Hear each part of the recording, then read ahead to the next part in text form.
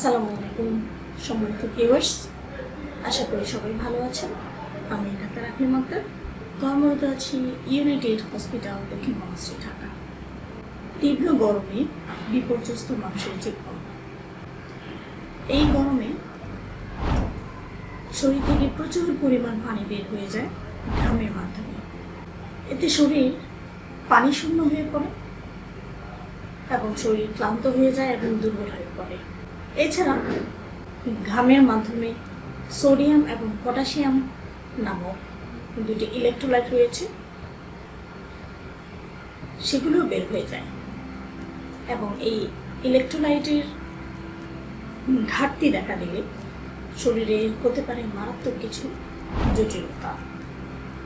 আজকে এই তীব্র গরমে কোন কোন খাবারগুলো আমাদের খাওয়া উচিত বা কোন কোন খাবারের উপর বেশি জোর দেওয়া উচিত এবং কোন কোন খাবারগুলো অ্যাভয়েড করা উচিত সেই বিষয়ে আলোচনা করব।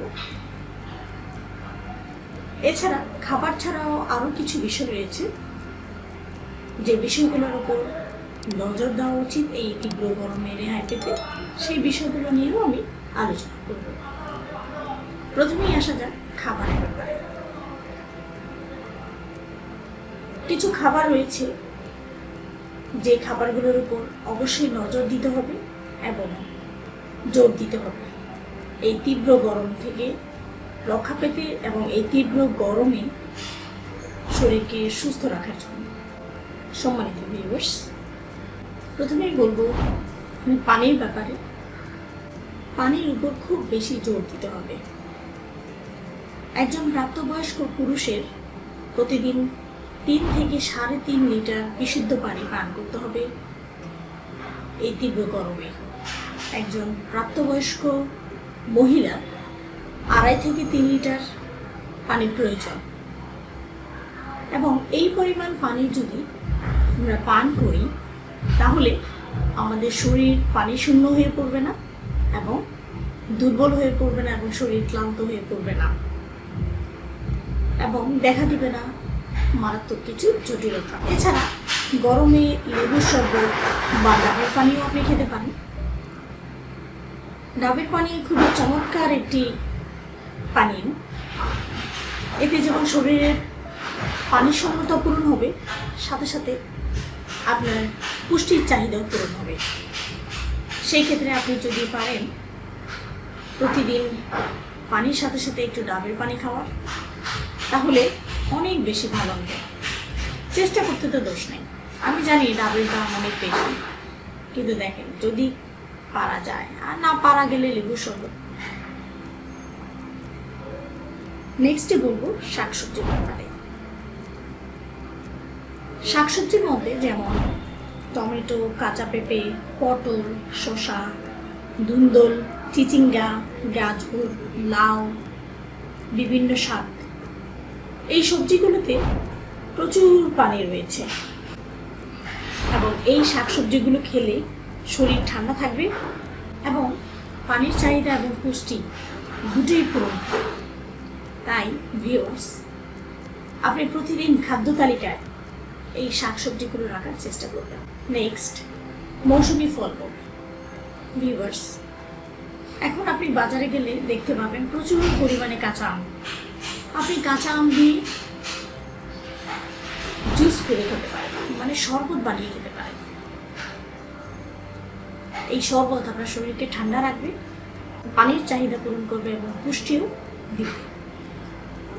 কাঁচা আমে রয়েছে প্রচুর পরিমাণে ভিটামিন সি এবং ম্যাগনেসিয়াম, যা আপনার শরীরকে ঠান্ডা রাখতে সহায়তা করে। এছাড়াও বাজারে আরও কিছু ফলমূল রয়েছে, যেমন তরমুজ, বাঙ্গি, বেল, পুদিনা পাতা ইত্যাদি শরবতও আপনি খেতে পারেন। এগুলো আপনার শরীরকে ঠান্ডা রাখবে। তারপর আমি যে জিনিসটির কথা বলবো সেটি হচ্ছে টক দই। আমরা সবাই জানি টক দই হচ্ছে একটা প্রোবায়োটিক, যা পাকস্থলী বা স্টোমাককে হেলদি রাখে। তো এই তীব্র গরমে আসলে আমাদের খাবার হজম হতে অনেক বেশি সমস্যা হয়ে যাচ্ছে। অনেকেরই বিভিন্ন ধরনের জটিলতা দেখা দিচ্ছে জিআইটি রিলেটেড। তো সেই ক্ষেত্রে আপনি প্রতিদিন খাদ্য তালিকায় টক দই রাখতে পারেন। টক দই খেলে আপনার পাকস্থলী বা স্টোমাক হেলদি থাকবে এবং আপনি সুস্থ থাকবেন, আপনার খাবারও খুব সহজে হজম হয়ে যাবে। তো মোটামুটি এই খাবারগুলোর উপর আমরা যদি জোর দিই তাহলে আমরা এই গরমটাতে সুস্থ থাকতে পারবো। এমন কিছু খাবার রয়েছে যে খাবারগুলো এই গরমে অবশ্যই অ্যাভয়েড করা উচিত। যেমন অনেক সময় দেখা যায় না যে আমরা প্রচণ্ড গরম লাগলে দেখা যায় যে ঠান্ডা কিছু খাই, যেমন আইসক্রিম, 7 আপ, কোকা-কোলা ইত্যাদি বেভারেজ। তো এই সমস্ত পানীয়গুলো সাময়িক আরাম দিলেও স্বাস্থ্যের জন্য অত্যন্ত ক্ষতিকর। এতে কোনো পুষ্টিগুণ তো নেই, বরং বিভিন্ন ধরনের ক্ষতিকর পদার্থ রয়েছে যা আমাদের শরীরের জন্য অত্যন্ত ক্ষতিকর। তো আমরা চেষ্টা করব এই সময়টিতে এই ধরনের পানি জাতীয় খাবারগুলো থেকে বিরত থাকতে। এছাড়া বাইরের খোলা খাবার, তেলে ভাজা খাবার, অতিরিক্ত মশলা দেওয়া খাবার এবং গরুর মাংস, খাসির মাংস, হাঁসের মাংস ইত্যাদি খাবার এই তীব্র গরমে না খাওয়াই ভালো। কারণ এই সমস্ত খাবারগুলো হজম হতে অনেক সময় লাগে এবং শরীরে যখন মেটাবলিজম হয় তখন শরীরে অনেক হিট প্রোডাকশন হয়, শরীরে প্রচুর গরম হয়ে যায়। এমনিতেই এত গরম, শরীর তো এমনিতেই উত্তপ্ত। তো এমন কোনো খাবার খাওয়া উচিত না যেটা আমাদের শরীরে অনেক বেশি হিট প্রোডাকশন করে। হ্যাঁ, এগুলো আমরা খাবো যখন বৃষ্টি হবে, ঠান্ডা পড়বে তখন খাবো। আপাতত এই তীব্র গরমে না খাওয়াই ভালো। তাছাড়া এই সমস্ত খাবারগুলো খাওয়ার পর অনেক সময় দেখা যায় যে ডায়রিয়া শুরু হয়ে গেছে, ঠিকমতো হজম হচ্ছে না, বদ হজম দেখা দিচ্ছে এবং এগুলো থেকে বিভিন্ন জটিলতাও দেখা দিতে পারে। আমরা অনেকে দেখা যায় যে প্রচুর চা কফি খাওয়ার অভ্যাস আমাদের অনেকেরই থাকে। তো সেই ক্ষেত্রে এই সময়টাতে প্রচুর চা কফি না খাওয়াই ভালো, পরিমাণে কমিয়ে নিয়ে আসাই ভালো। চা কফি এটাও কিন্তু হিট প্রোডাকশন করে বডিতে। আমাদের এমন সব খাবারগুলো খাওয়া উচিত যে খাবারগুলো শরীরকে ঠান্ডা রাখে, কোনোভাবে যাতে হিট প্রোডাকশন না হয়। এছাড়া ফাস্টফুডের যে খাবারগুলো যেমন pizza, burger, French fry, fried rice ইত্যাদি খাবারও এই সময়টাতে অ্যাভয়েড করা উচিত। কারণ এই খাবারগুলো আমাদের শরীরের প্রচুর ক্ষতি করে এবং শরীরকে উত্তপ্ত করে। আরেকটা জিনিস যেটা খেয়াল করতে হবে ভিউয়ার্স, খাবার সঠিকভাবে ফ্রিজে প্রিজার্ভ করতে হবে। এই গরমে দেখা যায় অনেক সময় খাবার বাইরে রাখলে অনেক সময় নষ্ট হয়ে যায়। অনেক সময় দেখা যায় খাবারটা দেখতে হেলদি দেখা যায়, মানে দেখা যায় যে হ্যাঁ ভালো আছে, হ্যাঁ খাওয়া যাবে, কিন্তু খাওয়ার পর শুরু হয়ে যায় ডায়রিয়া বা বমি বা অন্যান্য জটিলতা। তো সেই ক্ষেত্রে খাবার প্রিজার্ভেশনের ব্যাপারে বা সংরক্ষণের ব্যাপারে একটু খেয়াল রাখতে হবে। খাবার খাওয়ার পর সেটা ফ্রিজে রেখে দিলেই ভালো এবং যখন আবার খাওয়ার প্রয়োজন হয় তখন ফ্রিজ থেকে নামিয়ে ভালোভাবে গরম করে খাওয়া উচিত। আরেকটা জিনিস যেটা খেয়াল করতে হবে সেটা হচ্ছে ফ্রিজে 2 দিনের বেশি খাবার রেখে না খাওয়াই ভালো।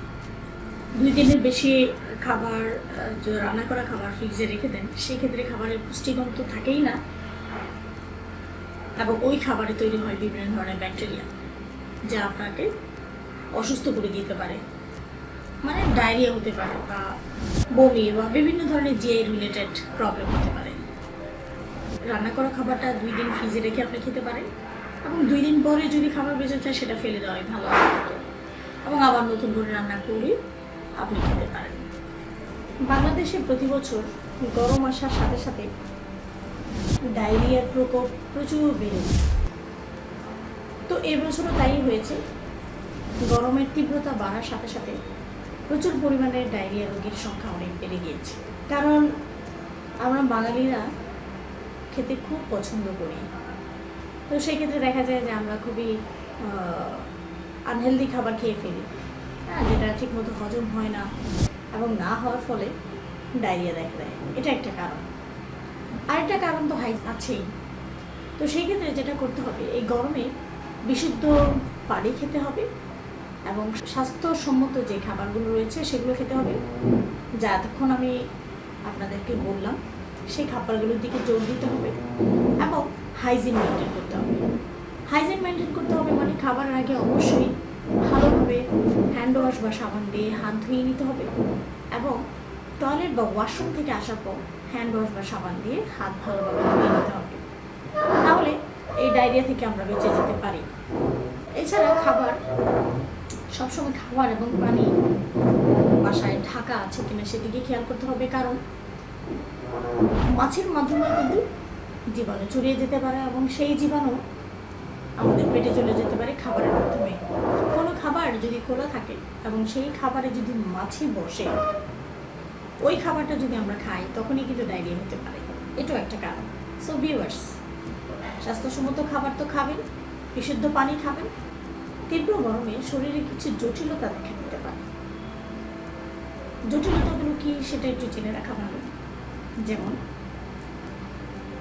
হিট ক্র্যাম্পস হতে পারে, হিট স্ট্রোক হতে পারে, হাইপোভলিউমিক শক হতে পারে, হিট রেশ হতে পারে, হাইপারথার্মিয়া হতে পারে।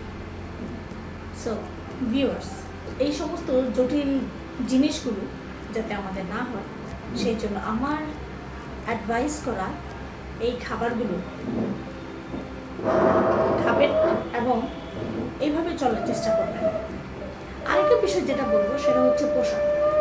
এই গরমে অবশ্যই চেষ্টা করবেন সুতি ঢিলে ঢালা হালকা রঙের ড্রেস পরার জন্য।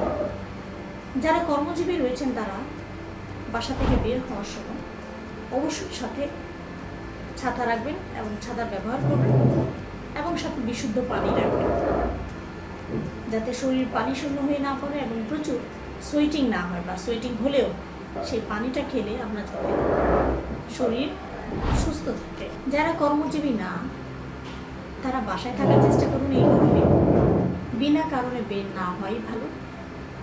খুব বেশি প্রয়োজন হলে বিকেলে বা সন্ধ্যার পরে বের হলে ভালো। এতে রোদের যে ক্ষতিকর প্রভাব সেটা শরীরের ওপর পড়বে না এবং শরীর সুস্থ থাকে। এই গরমে শিশু এবং বৃদ্ধদের ওপর একটু এক্সট্রা যত্নশীল হতে হবে, কারণ ইতিমধ্যেই আপনারা জেনে গিয়েছেন যে বাংলাদেশের মোটামুটি শিশু হসপিটাল যেগুলো রয়েছে সবগুলো মোটামুটি ফিল আপ। বেশিরভাগ শিশুদেরই ডায়রিয়া এবং নিউমোনিয়া হচ্ছে। তো বাচ্চাদের যাতে খুব বেশি গরম না লাগে সেদিকে খেয়াল করবেন, ফ্যানের নিচে রাখার চেষ্টা করবেন এবং তাদের পাতলা সুতি কাপড় পরানোর চেষ্টা করবেন, তারা যাতে কোনোভাবে বেশি না ঘামায়, কারণ প্রচণ্ড ঘাম থেকেই বাচ্চার ঠান্ডা লেগে যায় এবং ওই ঠান্ডা থেকেই হয়ে যায় নিউমোনিয়া।